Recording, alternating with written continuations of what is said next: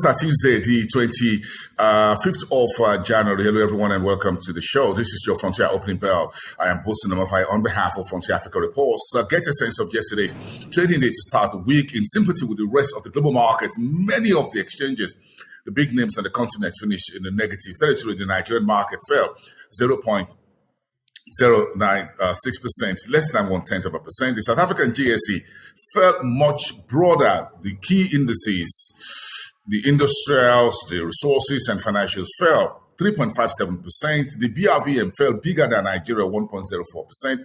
The Egyptian bourse fell 34, and the Nairobi bourse down by 32. There's a global sell down on equities across board yesterday, impacting Bitcoin and a number of asset classes due to the concerns about whether the U.S. Central Bank will start from this week, after it finishes its meeting tomorrow, to raise interest rate and to begin to look at the winding down of its stimulus program. Then you have the geopolitics between Russia and Ukraine and the Western world and NATO, and of course the whole saber rattling between China and Taiwan, as well as the United Arab Emirates and those firing of ballistic missiles by the Houthi rebels in Yemen, all there piling into investors' concerns. So oil prices went into elevated $86 a barrel on Monday, while investors fret about the future of the global economy. Let's push that away. Go into the East African market for me and give me a sense of today's economic and business headlines, where Kenya's trade deficit surged to 1.2 trillion shillings on fuel and industrial imports, while Unilever Tea of Kenya says it's looking for a license to upgrade its power plants to get what it needs to continue producing sustainably.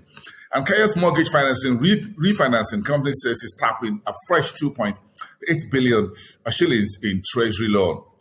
In Uganda, the third quarter current account deficit closed about $759 million for the period ended September 2021, while Rwanda says it's reopened its 12.5% 15-year treasury bond. That's starting off the current market week.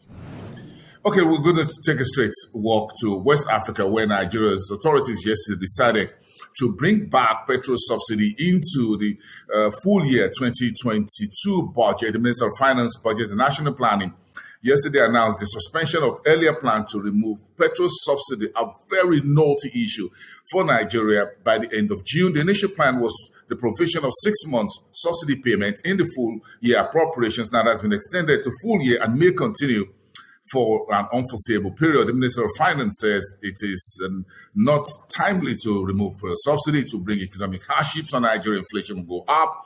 So the Senate President, Ahmed Lawan, asked the labor unions to stay back from carrying out their initial proposal or plan to do a nationwide protest as the government looks to remove petrol subsidy. That has now been suspended. So the labor has now been asked to suspend their actions as well, or planned action as well. And all of that is throwing a whole lot of dislocation to Nigeria's new Petroleum Industry Act, businesses, and the organized private sector. The conversation on that is continuing. Today we'll have from the Governor of the Central Bank, Godwin Emefiele, from 2 o'clock local time on the decisions of the monetary policy meeting for their first meeting in the new year. In the meantime, Nigeria's total point of sale transactions hit the highest record level ever last December, 6.43 trillion for the full year. In December, that was 699.4 billion naira, the highest single month spending by Nigerians just swiping the card. And Dangote Cement has secured the approval from the Securities and Exchange Commission to delay the publishing of its fourth quarter and full year 2021 numbers until the end of February. In Ghana, Vivo Energy of Senegal has named a Tunisian as its new general manager, Mohamed Chaboni. And Bloomfield is assigned a BBB plus rating to Alios Finance of Cote d'Ivoire. Okay, let's check in with the Southern African space, where ShopRite said the sale of locally produced sugar will now be across all its stores in South Africa to ensure that the sugar industry in South Africa stay on course and jobs are saved.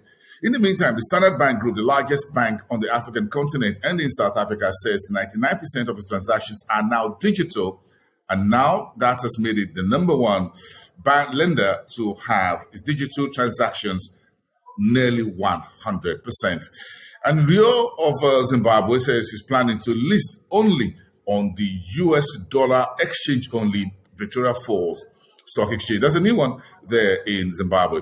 And Namibia's trade merchandise crosses about 20 billion Namibian dollars for the month of November, while Fitch has upgraded Angola to B- and forecast 2.1% GDP growth for 2022, the current financial year. On a final note, we check in with North Africa, by the way, where UK's Standard Chartered says it's looking to open its operations in Egypt in 6 months' time. A whole lot of investments and businesses getting into North Africa, Egypt to be particular, and Standard Chartered, one of the global leading lender, is now heading to Egypt, North Africa.